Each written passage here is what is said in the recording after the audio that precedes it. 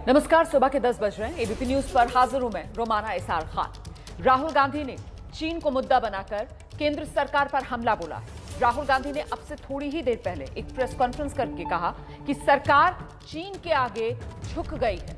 उन्होंने कहा कि फिंगर 4 तक भारत का कब्जा रहता था, लेकिन सरकार फिंगर 3 तक पीछे हटने को राजी हो गई है। इसके अलावा राहुल ने दिप्सांग को लेकर सरकार पर सवाल उठाए। पूछा कि चीन की सेना दिप्सांग से वापस कब जाएगी। चाइना के सामने नरेंद्र मोदी ने अपना सिर झुका दिया, मत्था टेक दिया। हमारी जमीन फिंगर 4 तक है। नरेंद्र मोदी ने फिंगर 3 से फिंगर 4 की जमीन, जो हिंदुस्तान की पवित्र जमीन है, वो चाइना को पकड़ा दी है। स्ट्रेटेजिक एरिया है दिप्सांग प्लेन्स का, जहां चाइना अंदर आया है। उसके बारे में एक शब्द नहीं बोला डिफेंस मिनिस्टर ने। वहां बैठे हुए हैं। गोगरा और हॉट स्प्रिंग्स के बारे में एक शब्द नहीं बोला, वहां बैठे हुए हैं। सच्चाई यह है कि हमारी जो पवित्र जमीन है नरेंद्र मोदी ने चाइना को दी है। यह सवाल है, इसका जवाब नहीं। ये जो बहुत बड़ा आरोप आप लगा रहे हैं कि प्राइम मिनिस्टर कावड़ की तरफ बिहेव कर रहे हैं, क्यों प्रधानमंत्री अपनी जमीन उनको दे देंगे? क्योंकि कोई भी निगोशिएशन होता है सर, तो कुछ ना कुछ गिव एंड टेक, क्योंकि अभी तो निगोशिएशन। अच्छा, मुझे बताओ, गिव तो क्लियर है, गिव तो क्लियर है, फिंगर 3 से फिंगर 4 दे दिया। गिव क्लियर है कि दिप्सांग में वो बैठे हैं। गिव क्लियर है कि वो गोगरा और हॉट स्प्रिंग में है। टेक बता दो। चुप हो गए? नहीं नहीं, टेक बताओ ना मुझे। आपने गिव टेक की बात की, मैंने गिव बोला, आप टेक बताओ।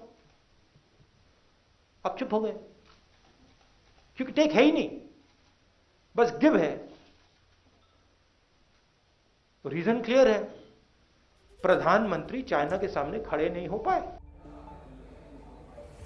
और इस बीच राहुल गांधी के बयान पर सरकार के सूत्रों का कहना है कि डिसएंगेजमेंट हुआ है, सीमाएं तय नहीं हुई हैं।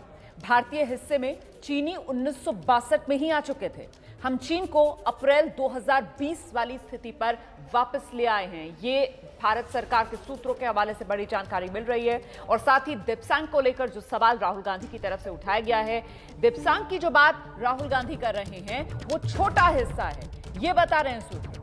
पेंगोंग पर डिसएंगेजमेंट के 48 घंटे के बाद दिप्सांग को लेकर बात शुरू करने का फैसला हुआ है। हम सीधे रुक करते हैं। मेरे साथ मेरे सहयोगी आशीष कुमार सिंह इस वक्त मौजूद हैं। आशीष, राहुल गांधी की आक्रामक प्रेस कॉन्फ्रेंस और उस पर सरकारी सूत्रों के हवाले से क्या पक्ष रखा जा रहा है, जरा विस्तार से बताइए। देखिए रोमाना, जिसका जिक्र आपने किया, गवर्नमेंट सोर्सेज की तरफ से सरकार के उच्च सूत्रों ने एबीपी न्यूज से कहा है कि राहुल गांधी ने जो आरोप प्रधानमंत्री पर लगाए हैं वो निराधार हैं। देखिए, राहुल गांधी इस मुद्दे को लेकर के डे 1 से कंसिस्टेंट है। सबसे पहले तो हमें जिस तरह से राहुल गांधी ने प्रेस कॉन्फ्रेंस में जो क्वेश्चंस रेज किए हैं उस पर सरकार की प्रतिक्रिया जाननी बहुत जरूरी थी कि जो स्ट्रैटेजिक पॉइंट्स की वो बात कर रहे हैं उस पर क्यों नहीं रक्षा मंत्री ने कल कोई बयान दिया। उस पर सरकार की तरफ से यह स्पष्ट तौर पर कहा गया है कि एक बड़ी जानकारी यह है कि 48 घंटे के अंदर पेंगोंग का, हम पहले भी कल एबीपी न्यूज पर बता चुके हैं अपने दर्शकों को कि अगले 3 दिनों के अंदर, रोमाना मैं ये फिर दोहराना चाहूंगा, अगले 3 दिनों में यह डिसएंगेजमेंट हो जाएगा जो पेंगोंग को लेकर भारत और चीन के बीच में समझौता बना है। इससे बड़ी जानकारी जो अभी हमें दी गई है 48 घंटे, उसके 48 घंटे के भीतर दिप्सांग, जिसको लेकर के राहुल गांधी ने क्वेश्चन रेज किया अपनी प्रेस कॉन्फ्रेंस में, उसको लेकर के भारत और चीन के बीच कमांडर लेवल की बातचीत शुरू हो जाएगी। यानी कि पूरी उम्मीद है कि उसको भी जल्द से जल्द सुलझा लिया जाएगा। बड़ा आरोप है सरकार का कि प्रधानमंत्री पर तो आप आरोप लगा देते हैं, आप ये भूल जाते हैं कि 1962 में ही भारतीय जमीन का बहुत बड़ा हिस्सा जो है वो चीन ने कब्जा कर लिया था और उसके बाद कई बार उसको चेंज करने की कोशिश की गई। आज की तारीख में भी जो तय हुआ है वो एक डिफिकल्ट सिचुएशन को सॉल्व करने के लिए डिसएंगेजमेंट की बात की गई है ताकि रेस्पेक्टिव पोजीशंस पे वापस जाएं। कोई बॉर्डर डिफाइन नहीं हुआ है। अभी भी स्पेशल रिप्रेजेंटेटिव्स लेवल्स की, एसआर लेवल्स की बातचीत चलती रहेगी जो कि नेशनल सिक्योरिटी एडवाइजर के लेवल पे होनी है। तो इसको उस स्पिरिट में देखना चाहिए और प्रधानमंत्री पर आरोप लगाना राहुल गांधी का गलत है, ऐसा सरकार के सूत्रों का कहना है। रोमाना, ये बड़ी जानकारी जो आशीष कुमार सिंह दे रहे हैं। सरकार के सूत्र ये कह रहे हैं कि साहब ये डिसएंगेजमेंट हुआ है, कोई बॉर्डर्स तय नहीं हुए। अच्छा देखिए, गृह राज्य मंत्री किशन रेड्डी ने राहुल पर पलटवार किया। उन्होंने कहा कि चीन को जमीन किसने दी है, ये राहुल गांधी के दादा जवाहरलाल नेहरू से पूछा जाना चाहिए। भारत का जमीन चीन को दिया है, उनका दादा से जाके बात करने के लिए बोलना जवाहरलाल नेहरू साहब से, उन्हें मालूम पड़ता है। वो कायर कह रहे हैं प्रधानमंत्री नरेंद्र मोदी को। कौन कह रहा है, कौन देशभक्ति है, सभी देश की जनता को मालूम। मेरे साथ दो खास मेहमान इस वक्त मौजूद हैं। बीजेपी के प्रवक्ता प्रेम शुक्ला हमारे साथ मौजूद हैं और कांग्रेस के प्रवक्ता सुरेंद्र सिंह राजपूत हमारे साथ इस चर्चा में शामिल हो रहे हैं। बहुत बहुत स्वागत आप दोनों का। मुझे लगता है पहले सुरेंद्र सिंह राजपूत साहब को अपनी बात रखनी चाहिए कि राहुल गांधी को ऐसा क्यों लगता है कि सरकार चीन के सामने झुकी है, जबकि सरकार की तरफ से साफ तौर पर यह कहा जा रहा है कि साहब ये डिसएंगेजमेंट है, कोई यहाँ पर एलएसी पर जो रेखाएं हैं वो तो तय हो नहीं रही हैं, ये डिसएंगेजमेंट का एक हिस्सा है। और कल ही रक्षा मंत्री की तरफ से यह भी साफ कर दिया गया था, वो डिप्सांग का जो जिक्र राहुल गांधी कर रहे थे कि बाकी हिस्से जो हैं उनको लेकर भी डायलॉग अभी होगा। रोमाना जी, कुछ बातें बड़ी महत्वपूर्ण है, कुछ बातें होती हैं विश्वास की। आप स्वयं जानती हैं कि सारा देश विश्वास करता है सरकार पर, और सरकार जब कुछ ऐसे काम करती है और स्पष्ट रूप से बात नहीं करती है तो प्रश्न उठते हैं, और उन प्रश्नों को फिर हमें हमारा बताया जाता है कि की बात कीजिए, 1959 की बात कीजिए। हम आपसे 2-3 चीजें आपसे ही पूछ रहे हैं आपके माध्यम से आदरणीय प्रेम शुक्ला जी से, और उम्मीद करते हैं कि प्रेम शुक्ला जी अभी इतिहास में नहीं जाएंगे और क्या नाम चांद पे नहीं जाएंगे, नेहरू साहब के पास नहीं जाएंगे। 3 बातें बड़ी महत्वपूर्ण है कि हम पहले हमारी जो पोजीशन थी वो फिंगर 4 पर थी, हाँ या नहीं, तो इसका जवाब आता है हाँ। हमारी पोजीशन फिंगर 4 पर थी, फिंगर 4 तक हमारा हिस्सा था। अंतरराष्ट्रीय बात पर 1962 से ये बात हम मान रहे थे। आज हमारी पोजीशन फिंगर 3 पर रह गई है, ये अपने आप में स्पष्ट है आपके आरोप के अनुसार। दूसरी चीज, जो काला टॉप पर जिसकी वजह से ये सारा चीन घुटने टेकने के लिए तैयार हुआ है, हमारे बहादुर सैनिकों ने अपनी जान पर खेलकर एक तरफ तो कोरोना से लड़ रहे और दूसरा वो चाइना के इन बदतमीजों से लड़ रहे थे। काला टॉप पर कब्जा किया था। काला टॉप को छोड़ करके हम अपनी फिंगर 3 वाली पोजीशन पर आए, फिंगर 4 पर रहते थे, और आज हम फिंगर 8 तक पेट्रोलिंग नहीं कर सकते, सिर्फ पेट्रोलिंग कर सकते हैं फिंगर 4 तक।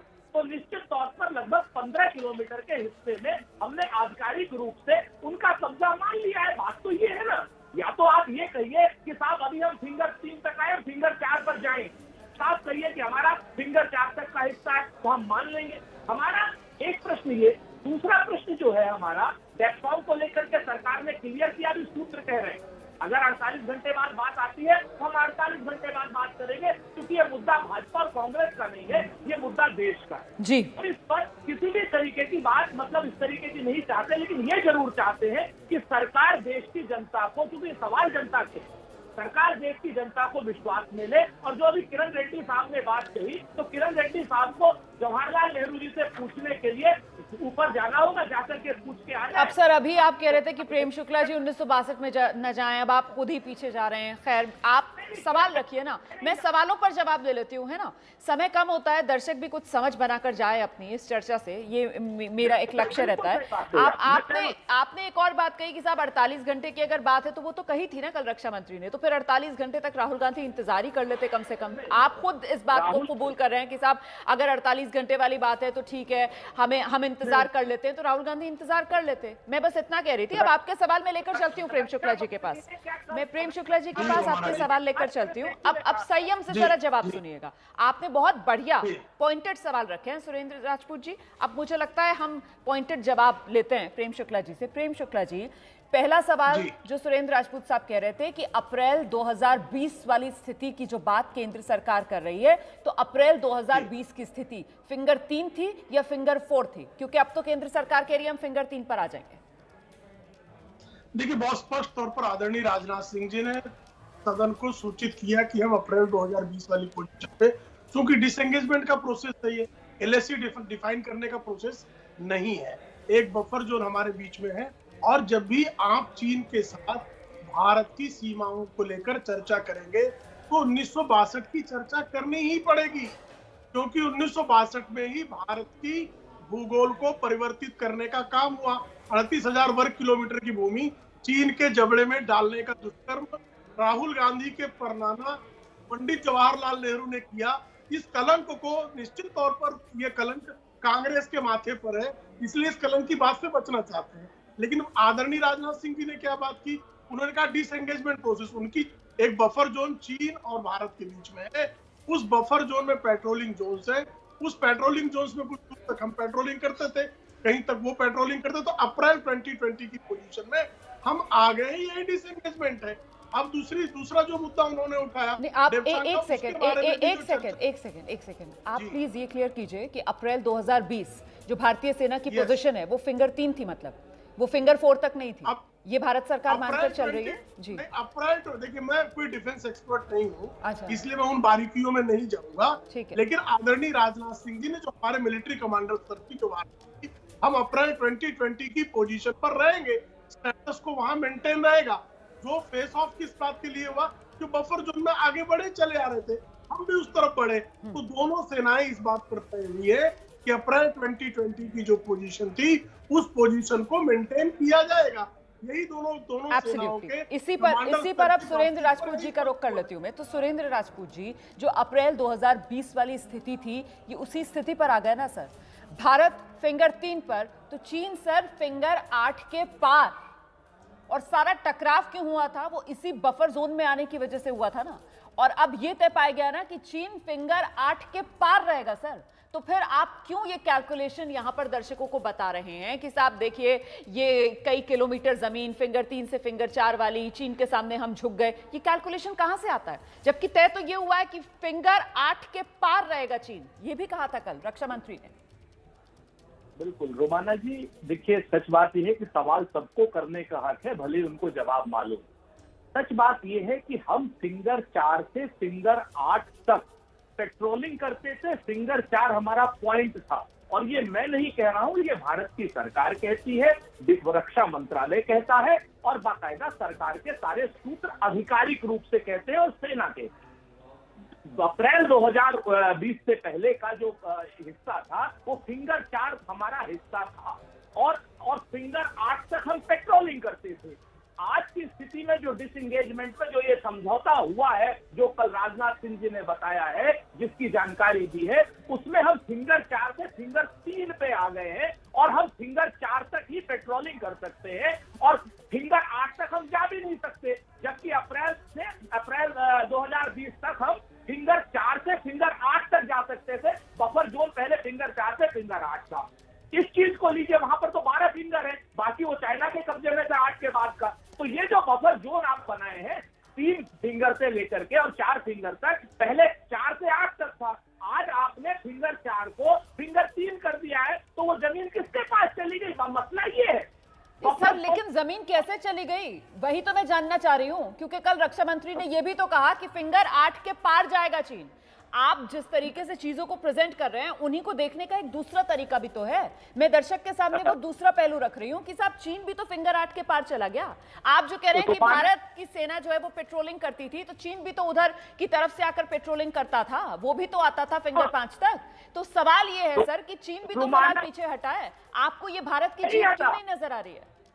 आपको मैं फिर से वही बात कहना चाह रहा हूं, आप जिस तरीके से भी देखिए, आज देखिए, 4 दिन बाद देखिए, मेरी बात आज मत मानिए, आप अपनी व्यवस्था में कोई भी बात कह लीजिए, लेकिन पहले हम फिंगर 8 तक पेट्रोलिंग करते थे, चाइना फिंगर 12 पे रहता था। आज चाइना फिंगर 8 पर आधिकारिक रूप से आ गया है। आप समझिए मेरी बात को, पहले वो 12 फिंगर से आकर के 8 फिंगर तक पेट्रोलिंग करता था, और हम फिंगर 4 से फिंगर 8 तक जाके पेट्रोलिंग करते थे। बफर जोन 4 से 8 के बीच का था, आज की डेट में बफर जोन 3 से और 4 के बीच में रह गया है। 3 और 4 के बीच में जो हमारा एरिया था उसको बफर बना दिया, और 4 के आगे वाले 8 से 12 के एरिया को उन्होंने अपना हिस्सा बना लिया। ठीक है, मुझे लगता है एक बार फिर से, मुझे लगता है हमें एक बार फिर से जरा सुनना चाहिए। रक्षा मंत्री राजनाथ सिंह ने कल लोकसभा में जो जानकारी दी थी, उनकी तरफ से देखिए बताया गया था कि पूर्वी लद्दाख के पेंगोंग त्सो झील के उत्तरी और दक्षिणी किनारों से सेनाओं को पीछे हटाए जाने को लेकर भारत और चीन के बीच सहमति बन गई है। ये जो समझौता हुआ है इसके तहत पेंगोंग से लेके जो फिंगर एरिया है उस पर फिर से वही अप्रैल 2020 वाली स्थिति जो है उस पर दोनों सेनाएं आने को राजी हो गई हैं। जरा सुनिए पहले राजनाथ सिंह ने क्या कहा था, उसके बाद चर्चा आगे बढ़ाएंगे। मुझे सदन को यह बताते हुए खुशी हो रही है कि हमारे इस अप्रोच तथा सस्टेन्ड टॉक्स के फलस्वरूप चीन के साथ पेंगोंग लेक के नॉर्थ एवं साउथ बैंक पर डिसएंगेजमेंट का समझौता हो गया है। चीन अपनी सेना की टुकड़ियों को नॉर्थ बैंक में फिंगर 8 के पूरब की दिशा की तरफ रखेगा और इसी तरह भारत भी अपनी सेना की टुकड़ियों को फिंगर 3 के पास अपने permanent base Dhan Singh Thapa post पर रखेगा। इसी तरह की कार्रवाई साउथ बैंक एरिया में भी दोनों पक्षों द्वारा की जाएगी। यह उम्मीद है इसके द्वारा पिछले साल के गतिरोध से पहले जैसी स्थिति बहाल हो जाएगी।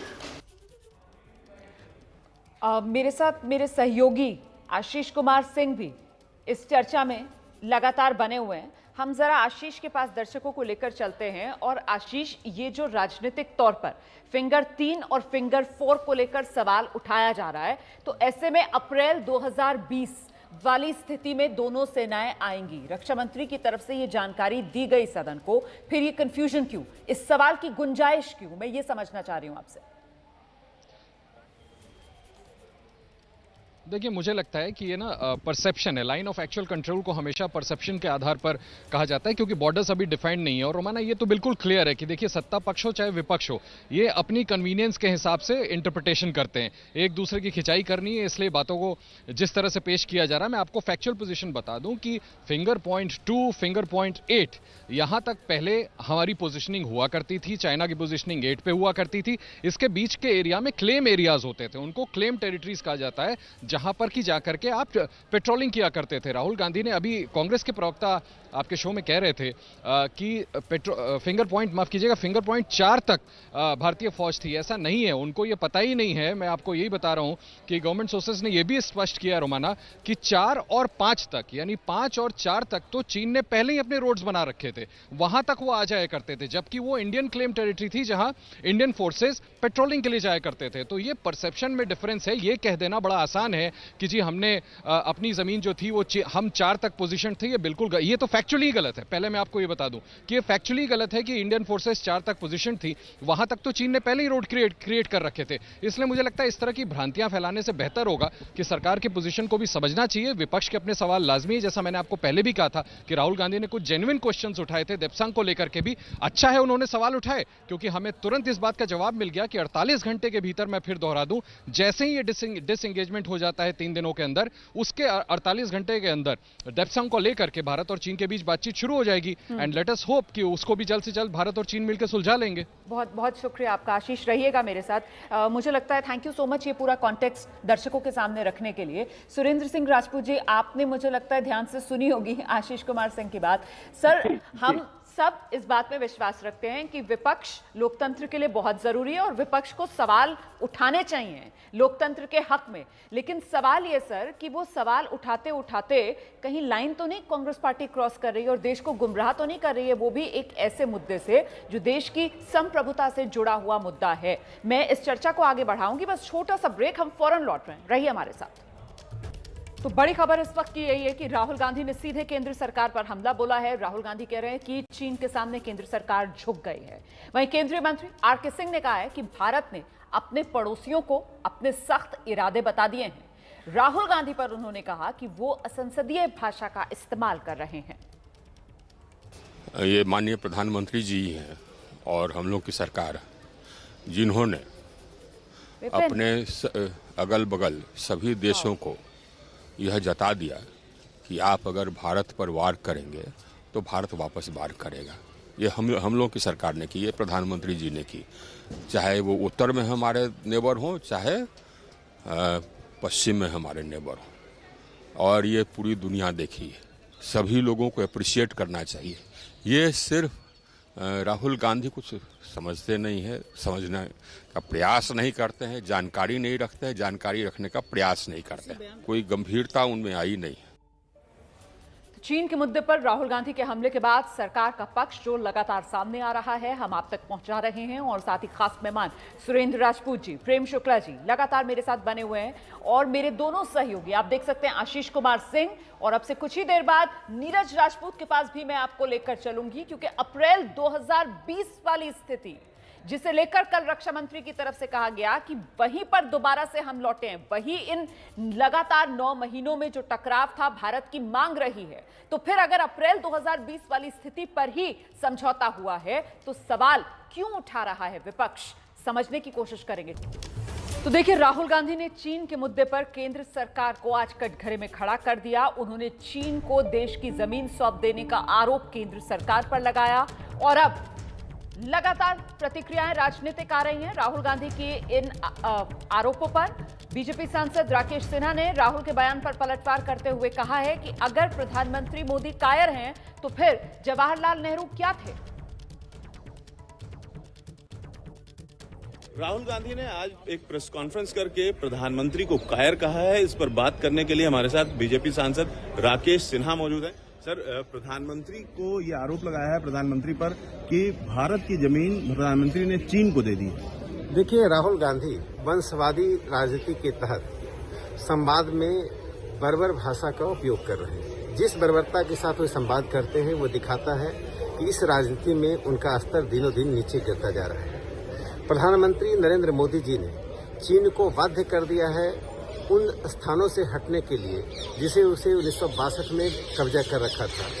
यदि प्रधानमंत्री नरेंद्र मोदी कायर हैं तो जवाहरलाल नेहरू, जिन्होंने 38,000 वर्ग किलोमीटर जमीन चीन को सौंप दी थी और उस पर कोई कार्रवाई नहीं कर पाए, तो वे क्या थे।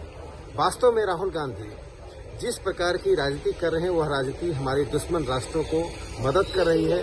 उनको एक ऐसा मुखौटा दे रही है जिससे वो भारत के खिलाफ दुनिया में दुष्प्रचार कर सके। सर, इस बात का क्या जवाब होगा कि जो फिंगर 4 पे हम रहते थे और फिंगर 3 पे आ गए हैं, जमीन देने का जो आरोप है उसको कैसे जस्टिफाई? देखिए, राहुल गांधी की जानकारी का आधार क्या है। यदि विदेश मंत्रालय और स्वयं डिफेंस मिनिस्टर ने कल पार्लियामेंट के बयान में कहा कि चीन उन सीमाओं से भी हट रही है जिसे आज से पहले दशकों पहले उसने कब्जा कर रखा था, तो राहुल गांधी देश में भ्रम फैला रहे हैं।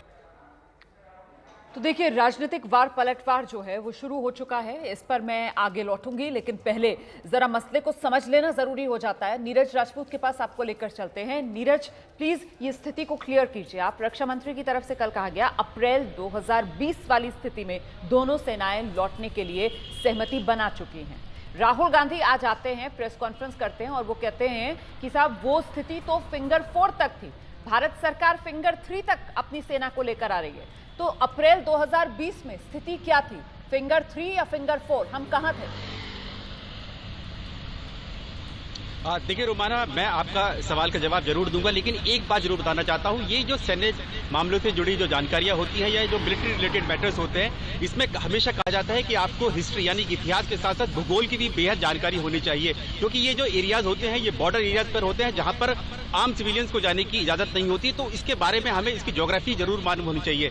सबसे पहले मैं आपको बता दूं कि अप्रैल और मई 2020 से पहले की स्थिति क्या थी।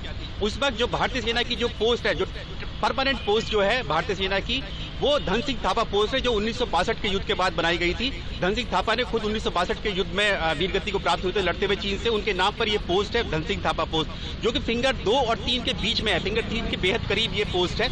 यहीं पर भारतीय सेना और आईटीबीपी की ये परमानेंट पोस्ट है, यहीं पर भारतीय सेना रहती थी। और विवाद क्या है? विवाद है इसके आगे जो फिंगर 8 तक है। और चीनी सेना अप्रैल और मई 2020 से पहले तक कहाँ रहती थी? फिंगर नंबर 8 के जो पूरब में यानी कि पीछे में जो सिरिजैप और खुरनाक फोर्ट 2 पोस्ट है। ये पहले 1962 के युद्ध से पहले तक खुरनाक फोर्ट भी भारतीय सेना के पास होता था, लेकिन उस पे 62 के युद्ध में गवा दिया था। उसके बाद से 62 के युद्ध के बाद से खुरनाक फोर्ट और सिरिजैप दोनों पर चीनी सेना का कब्जा हो गया था। लेकिन ये जो फिंगर 3 से फिंगर 8 तक का जो एरिया है, ये हमेशा डिस्प्यूट रहा है। भारतीय सेना का कहना है, भारत का हमेशा दावा रहा है कि भारत का जो क्लेम है वो फिंगर 8 तक है, क्योंकि अक्सई चीन की जो अगर हम लोग देखेंगे ऊपर से आ रही है काराकोरम के पास से जो बॉर्डर आ रहा है वो फिंगर 8 पर आकर मिलता है। इसलिए भारतीय सेना का कहना था हमेशा से कि फिंगर 8 जो है भारत के अधिकार क्षेत्र में है, लेकिन चीनी सेना का हमेशा दावा रहा है कि भारत की जो जद है या हद है वो फिंगर 2 तक है। वो धन सिंह थापा पोस्ट को भी नहीं मानते थे, उनका कहना था कि आप फिंगर 2 पर चले जाइए। और चीनी सेना कोशिश करती थी कि जो पेट्रोलिंग करती थी अप्रैल और मई 2020 से पहले तक वो फिंगर 4 तक आती थी, क्योंकि फिंगर 3 पर भारतीय सेना की पोस्ट है। लेकिन भारतीय सैनिक भी जो पेट्रोलिंग करते थे वो फिंगर नंबर 8 तक ही करते थे। इसी बात को लेकर विवाद होता था जब दोनों देशों की सेनाएं जो आपस में भिड़ जाती थी, जब पेट्रोलिंग के दौरान इस फिंगर नंबर 3 से फिंगर 8 के बीच में मिल जाती थी। ठीक है, तो यहाँ पर सुरेंद्र राजपूत जी फिर कंफ्यूजन कहाँ है?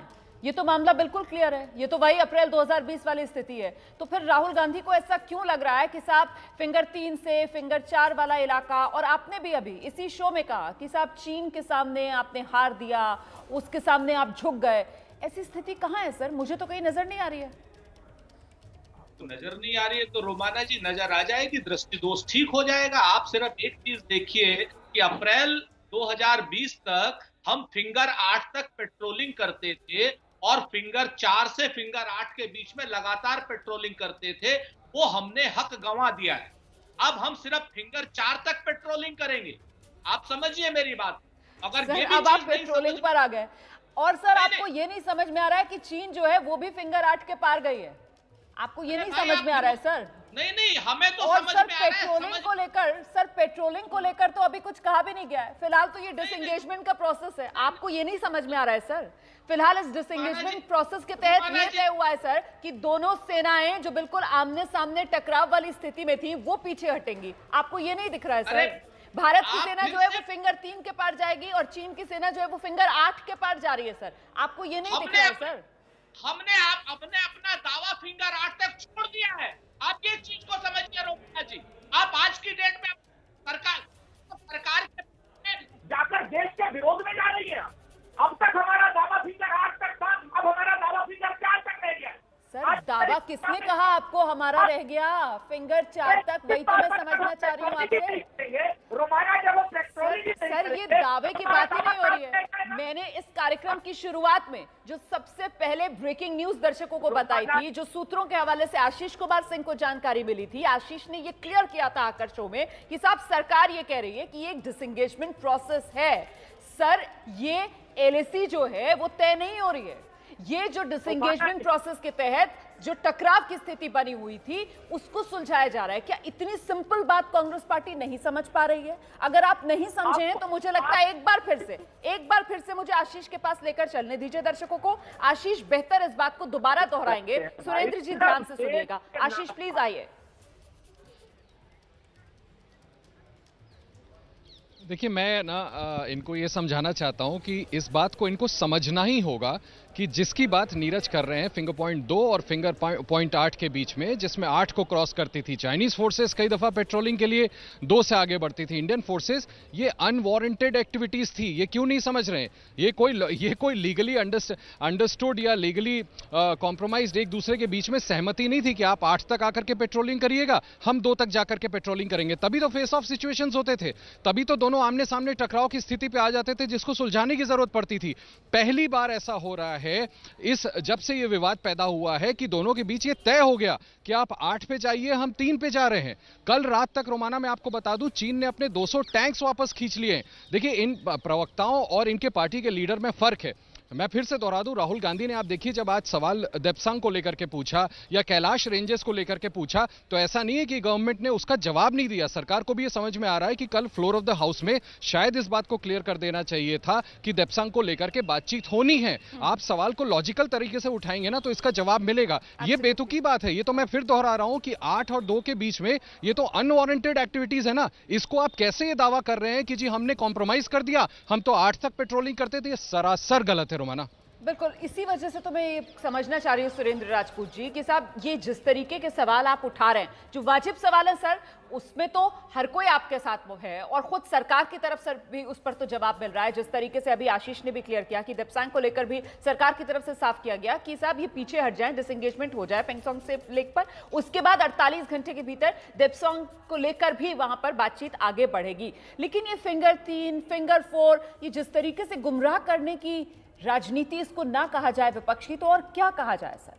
ये बड़ा सवाल हो जाता है कि आखिरकार क्या विपक्ष की राजनीति को फिर देशहित वाली राजनीति कहा जा सकता है इन हालात में? मैं छोटे से ब्रेक के बाद इसी सवाल के साथ चर्चा को आगे बढ़ाऊंगी, आप रहिए मेरे साथ। राहुल गांधी ने चीन के मुद्दे पर केंद्र सरकार पर कड़ा प्रहार किया है और अब प्रतिक्रियाएं आने का सिलसिला लगातार जारी है। केंद्रीय मंत्री मुख्तार अब्बास नकवी राहुल गांधी पर उन्होंने पलटवार किया है।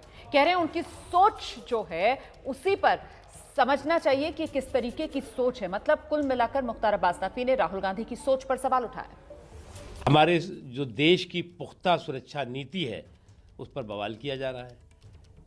ये कुंद बुद्धि से ज्यादा इसके लिए कुछ नहीं कह सकते आप।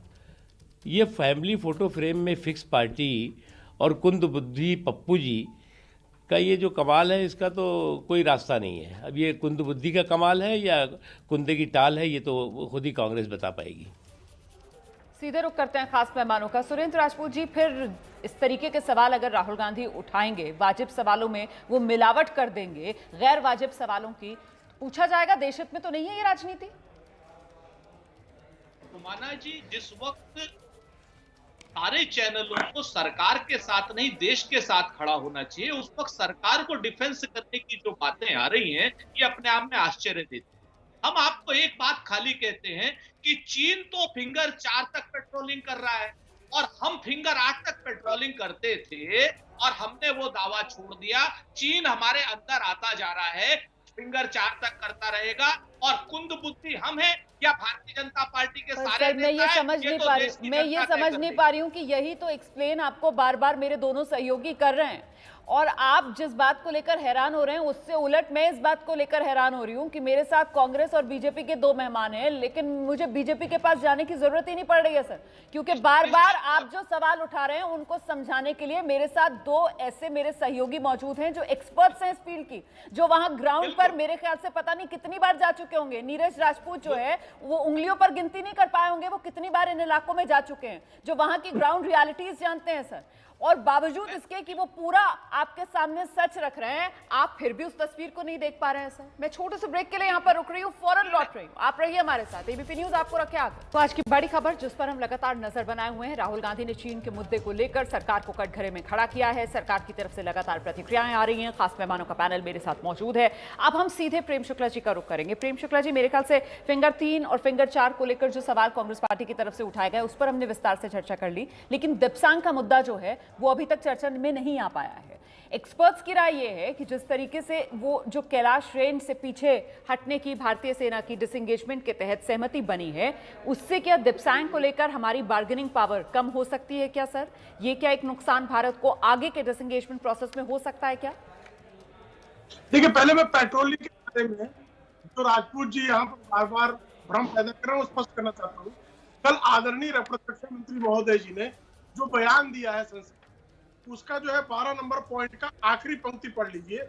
उसमें स्पष्ट यह भी तय हुआ है कि दोनों पक्ष नॉर्थ बैंक पर अपनी सेना की गतिविधियां, जिसमें परंपरागत स्थानों की पेट्रोलिंग भी सम्मिलित है, को अस्थायी रूप से स्थगित करेंगे। पेट्रोलिंग तभी शुरू की जाएगी जब सेना एवं राजनीतिक स्तर पर आगे बातचीत करके समझौता बनेगा। तो पेट्रोलिंग के बारे में भी किस तरह से ये गलत बातें कर रहे हैं, आपके सामने बहुत स्पष्टता से मैंने इस बात को रख दिया। दूसरी भी तब डिफेंस के संदर्भ में बहुत स्पष्ट है कि भारत जो है आज भी हमारी जो एडवांटेजियस पोजीशन है, हम हिल टॉप्स पे अब भी मौजूद रहेंगे और हिल टॉप्स में मौजूद रहने के कारण डेप्सांग के संदर्भ में भी जो भारत की अपनी नीति है उसका हमको लाभ निश्चित तौर पर होगा और भारत अपनी 1 इंच भूमि भी चीन को नहीं सौंपेगा। यह पंडित जवाहरलाल नेहरू का कार्यकाल नहीं है कि 38,000 वर्ग किलोमीटर जमीन चीन कब्जा कर लेगा और हम देखते रह जाएंगे। चलिए सर, बहुत बहुत धन्यवाद आप सभी का इस चर्चा में मेरे साथ शामिल होने के लिए। तो रक्षा मंत्री की तरफ से कल साफ कर दिया गया था कि इस समझौते में भारत ने कुछ भी नहीं खोया, भारत अपनी 1 इंच जमीन भी किसी को नहीं देगा। बावजूद इसके आज राहुल गांधी का सियासी तौर पर सरकार को कटघरे में खड़ा करना अपने आप में कई सवाल पीछे छोड़ गया है।